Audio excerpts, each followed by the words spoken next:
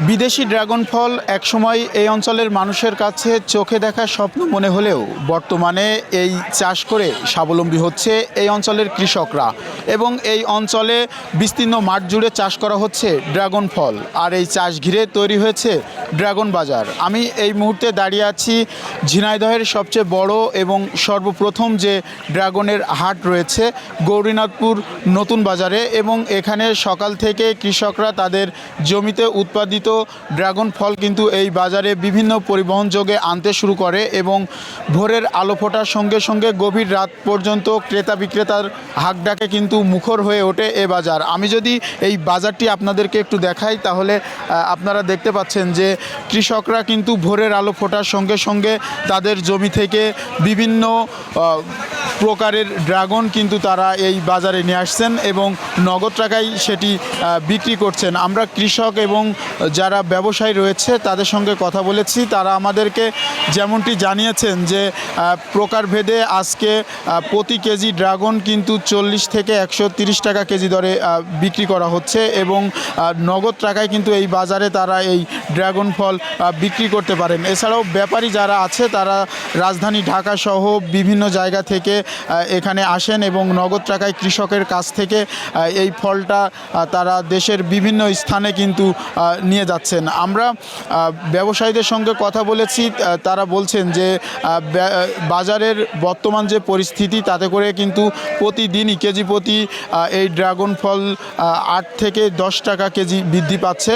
আপনারা জানেন যে কয়েকদিন ধরে কিন্তু টানা ভারী বৃষ্টি হয়েছে, যার কারণে কিন্তু এই ফল ব্যাপক একটা ক্ষতি হয়েছে, যার কারণে কিন্তু প্রতিদিন এই ড্রাগন ফলগুলো দাম বৃদ্ধি পাচ্ছে। আমরা যদি এখানে একজন আড়তদারের সঙ্গে আমরা কথা বলতে চাই, প্রতিদিন আপনাদের এখানে কত কেজি ড্রাগন ফল আসে এবং কেমন দামে বিক্রি হচ্ছে?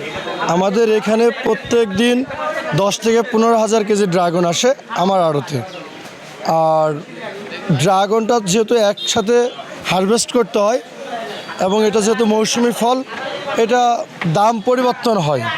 আজকের বাজার সর্বোচ্চ 135 টাকা বিক্রি হয়েছে এবং সর্বনিম্ন বিক্রি হয়েছে 70 টাকা। তো হচ্ছে এই যে বাজার ঘিরে কি আপনাদের কোনো চাহিদা বা কোনো প্রত্যাশা আছে কি? হ্যাঁ, যেহেতু ড্রাগন একটি বিদেশি ফল নামে পরিচিত ছিল একটা সময়, এখন বাংলাদেশের কৃষকরা এবং প্রান্তিক কৃষকরাই কিন্তু চাষ করে যাচ্ছে। যেহেতু এটা মৌসুমি ফল, তো আমরা প্রত্যাশা করি যে ঊর্ধ্বতন কর্তৃপক্ষ আমাদের দিকে সুনজর দিবে এবং আমাদের এই ড্রাগন ফলটা সংরক্ষণ করার জন্য একটা হিমাগার এবং একটা গবেষণাগার প্রয়োজন। কৃষক বা ব্যবসায়ীদের কোনো ধরনের সমস্যা এখানে হয় কিনা বা এই সমস্যার সমাধানে আপনারা কি পদক্ষেপ গ্রহণ করেছে? কৃষকদের কোনো সমস্যা নাই, কৃষকরা খুবই খুশি এই বাজারে ড্রাগন বিক্রি করতে পেরে। কারণ হচ্ছে এখানে ন্যায্য মূল্য বিক্রি হচ্ছে এবং বাজারে নিয়ে আসার সাথে সাথে সম্পূর্ণ নগদ অর্থেই ড্রাগনটা বিক্রি হচ্ছে। যারা পাইকার আছে এরা বাংলাদেশের সব জেলা থেকেই এখানে আসে এবং এখানে আবাসিকের সুব্যবস্থা আছে এবং যারা ছোটোখাটো ব্যাপারী পাইকার আছে তারা চাইলে আমাদের আড়তেও কিন্তু থাকার সুব্যবস্থা আছে। এখানে থেকে খুব সুন্দর পরিবেশে কিন্তু তারা তাদের ব্যবসাটা করতে পারছে।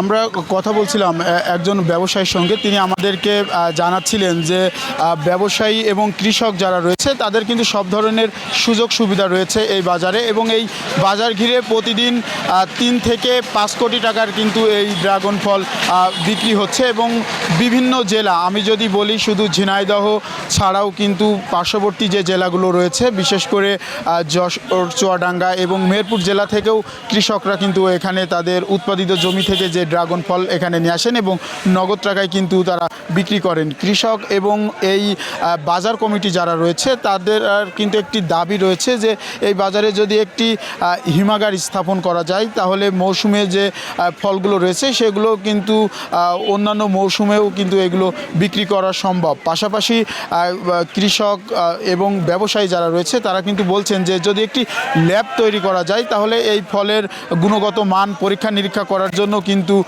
সহজ হবে। তো সব মিলিয়ে বলা যায় যে বাংলাদেশের ড্রাগনের রাজধানী খ্যাত ঝিনাইদহের মহেশপুর উপজেলার এই গৌরীনাথপুর যে ড্রাগন বাজার রয়েছে, এটি কিন্তু প্রতিদিন 3 থেকে 5 কোটি টাকার কিন্তু এখানে ফল বেচা বিক্রি হচ্ছে। তো এই ছিল ঝিনাইদহের মহেশপুরের যে ড্রাগন বাজার, তার সর্বশেষ পরিস্থিতি।